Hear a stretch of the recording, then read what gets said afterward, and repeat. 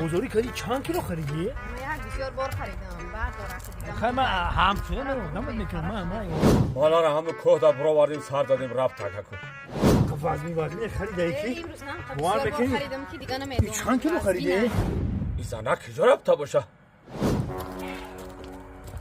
ببی خلدار بای السلام علیکم بیا همسایه اکه دای همسایگری ده ببی یا 50 بار گفتم که میگم تا میگم یا که خفه میشه اکه روز ساعتش اومد اخیر میگم اما گم خیلی نفهمیدم وقتش گفتم که امی زنتا احتیاط کن احتیاطش نکردی این اخیر گذشت رفت گذشت بعد چشم دیدم گذشت